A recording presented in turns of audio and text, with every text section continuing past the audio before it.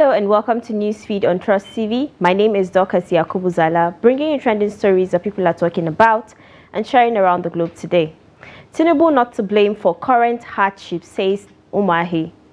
IGP bans use of POS machines in police stations and facilities nationwide. Lagos vows to enforce monthly rental policy. 2-year-old boy mauled to death by neighbor's dogs in Alabama, USA. Now, top on what's trending, the Minister of Works, David Umahi, has stated that the President Bola-led Tinubu administration should not be blamed for the present economic hardship facing the country.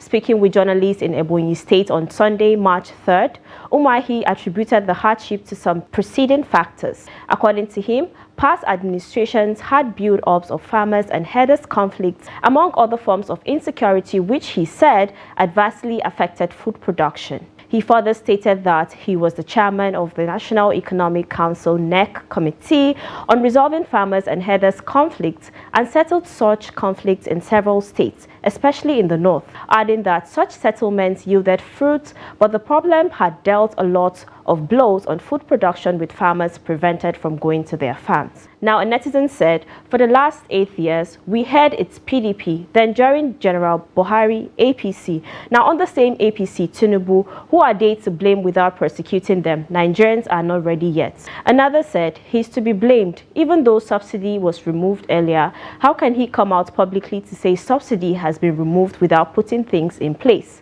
And another wrote, who shall we blame, Oga?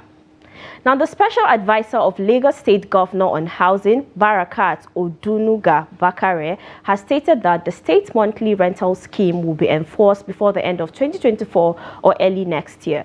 She said this during a press briefing of the Lagos State Real Estate Regulatory Authority in Ikeja, Lagos. Odunuga Bakare also stated that the 5 billion naira allocated for the monthly rental scheme was still intact. Recall that in 2021, the governor of Lagos State, Babajide Sanwo-Olu, had said the current rental model, in which tenants pay yearly rent in advance to property owners, has become inadequate to address contemporary realities in the housing sector.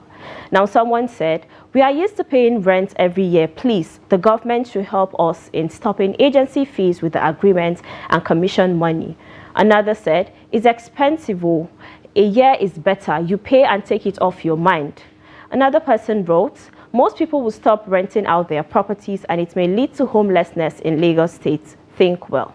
The Inspector General of Police, IGP Kayode Ebetokun, has banned the use of point-of-sale POS machines and other mobile money transaction devices within police stations and facilities nationwide. The Force Public Relations Officer Olumuyiwa Adejobi, in a statement, said the NPF cited public concerns regarding alleged illicit transactions and collusion between POS operators and certain police personnel as the rationale behind the ban. Despite previous directives, it has come to the attention of the force leadership that some commands and formations continue to flout this regulation. As such, the IGP warns that any violation of this ban will attract severe sanctions on the leadership of the affected commands and formations. The IG noted that the use of electronic payment devices within police facilities poses significant risks, including the potential compromise of sensitive information, financial irregularities, and the facilitation of illicit activities. Therefore, strict adherence to this directive is non-negotiable. Now, someone said, good move. The only thing remaining is to remove pockets from their uniform. Another said, why will police have POS? Is it ShopRite? Another person wrote, let them scrap POS generally for withdrawals. POS should only be means of payment and not for withdrawal. We are literally buying our own money again, only in Nigeria. The Minister of Information and National Orientation, Mohammed Idris, said, accepting grains from Ukraine does not make Nigeria a failed country. Idris stated this at the Leadership Annual Conference and Award 2023 on Tuesday in Abuja.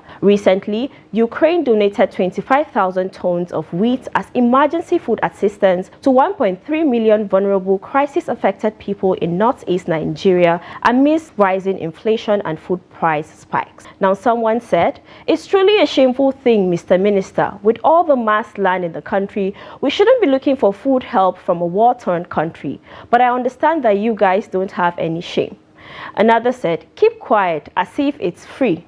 Another person wrote, Honorable Minister, sir, since Ukraine and Russia war began, has Nigeria rendered any form of support to Ukraine? We are supposed to be the ones giving them, donating food to them, but reverse is the case. I honestly appreciate their good hearts.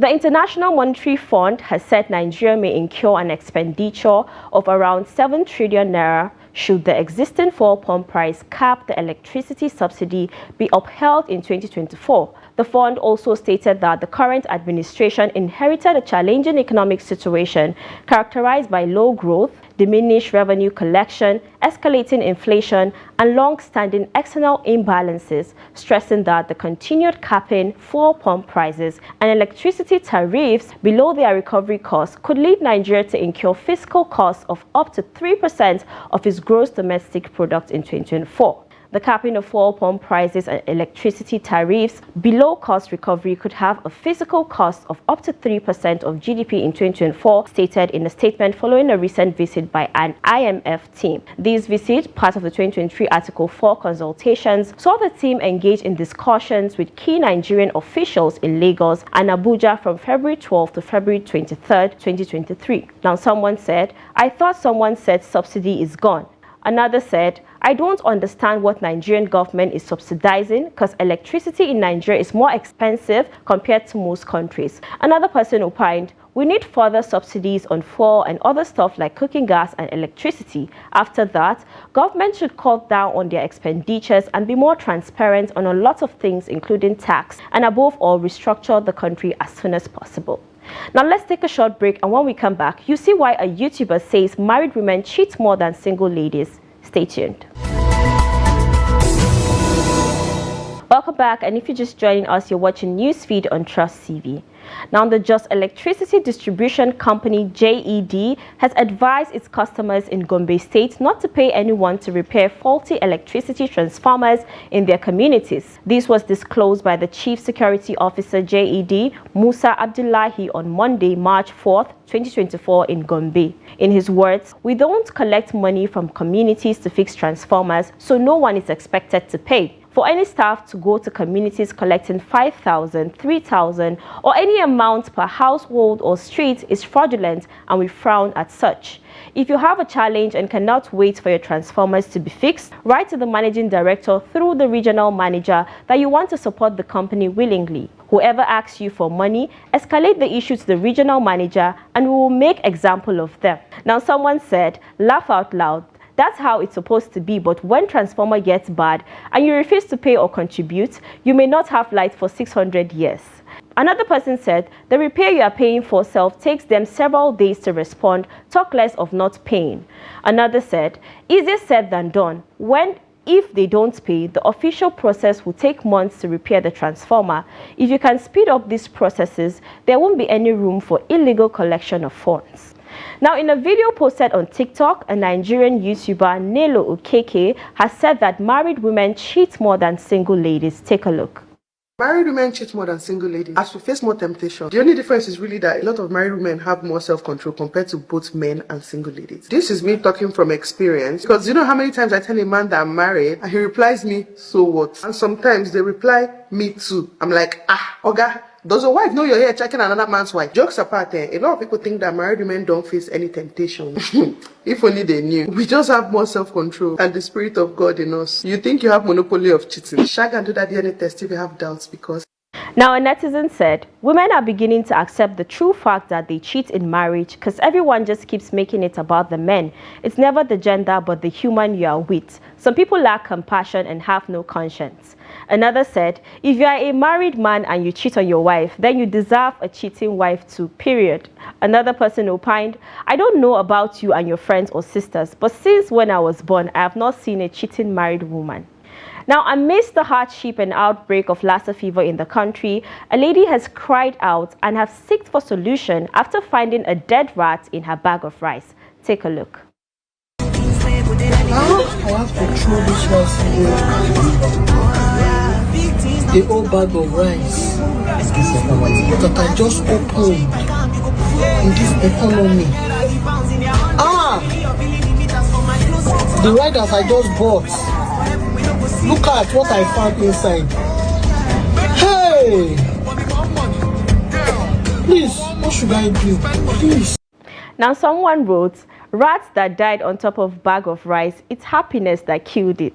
Another said, my dear, the ones we are buying in cups, do we know the types of creatures that has walked on it? It's God that is saving us. Another person said, this rat didn't die of hunger, it died of overexcitement. Now, on a sad note, Mark Aylan, too, wandered from his New Hope home on Friday, March 1st, and opened the gate to the neighbor's property before being killed by a resident's two dogs, a Siberian Husky and a German Shepherd, according to police and local outlets. The child's mom, Kayla Huggy Passion, took to Facebook to say no one was to blame for the incident.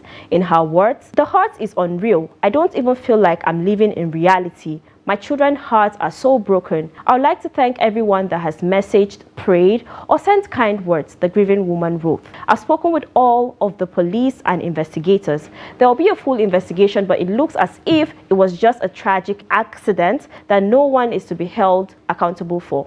New Hope Police confirmed that there was no criminality, calling the incident a tremendous tragic accident. The dog's owner, Ricky Clark, recalled the aftermath of the incident to newsmen when Aylan's father told him what happened. Now, a netizen said, when news like this comes up every time, I see people saying it's not well trained. My dog would never.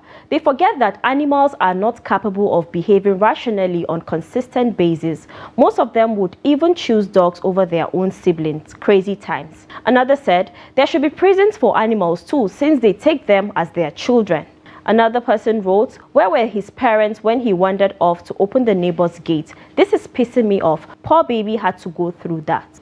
And now in sports, Nigeria men's football team captain William Truce Ekong has revealed that this squad between him and former Super Eagles head coach Jose Peseiro nearly cost him a place in Nigeria's squad to the 2023 Africa Cup of Nations. Truce Ekong was benched in Nigeria's final AFCON 2023 qualifying fixture against Sao Tome and Principe in September and was omitted from the squad for the 2026 FIFA World Cup qualifier against Lesotho and Zimbabwe the next month. The Park of Greece defender was also not included in the squad for the international friendlies against Saudi Arabia and Mozambique, but made the squad for the AFCON 2023 finals. Ekong surprisingly ended up playing a crucial role for the Super Eagles in Cote d'Ivoire, netting 3 times and winning player of the tournament. Now, someone said, no wonder a lot of things went the way they did. That final wasn't it at all. Another said, they do this with national coach but can never try it with club coaches. Another person opined, sometimes when our success is nearby,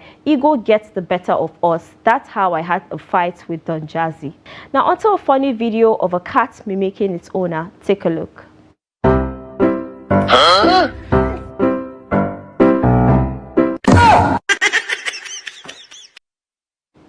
And that's all we have for you today on Newsfeed. Follow us and subscribe to all our social media platforms: Facebook, YouTube, Instagram, and X. Until next time, goodbye.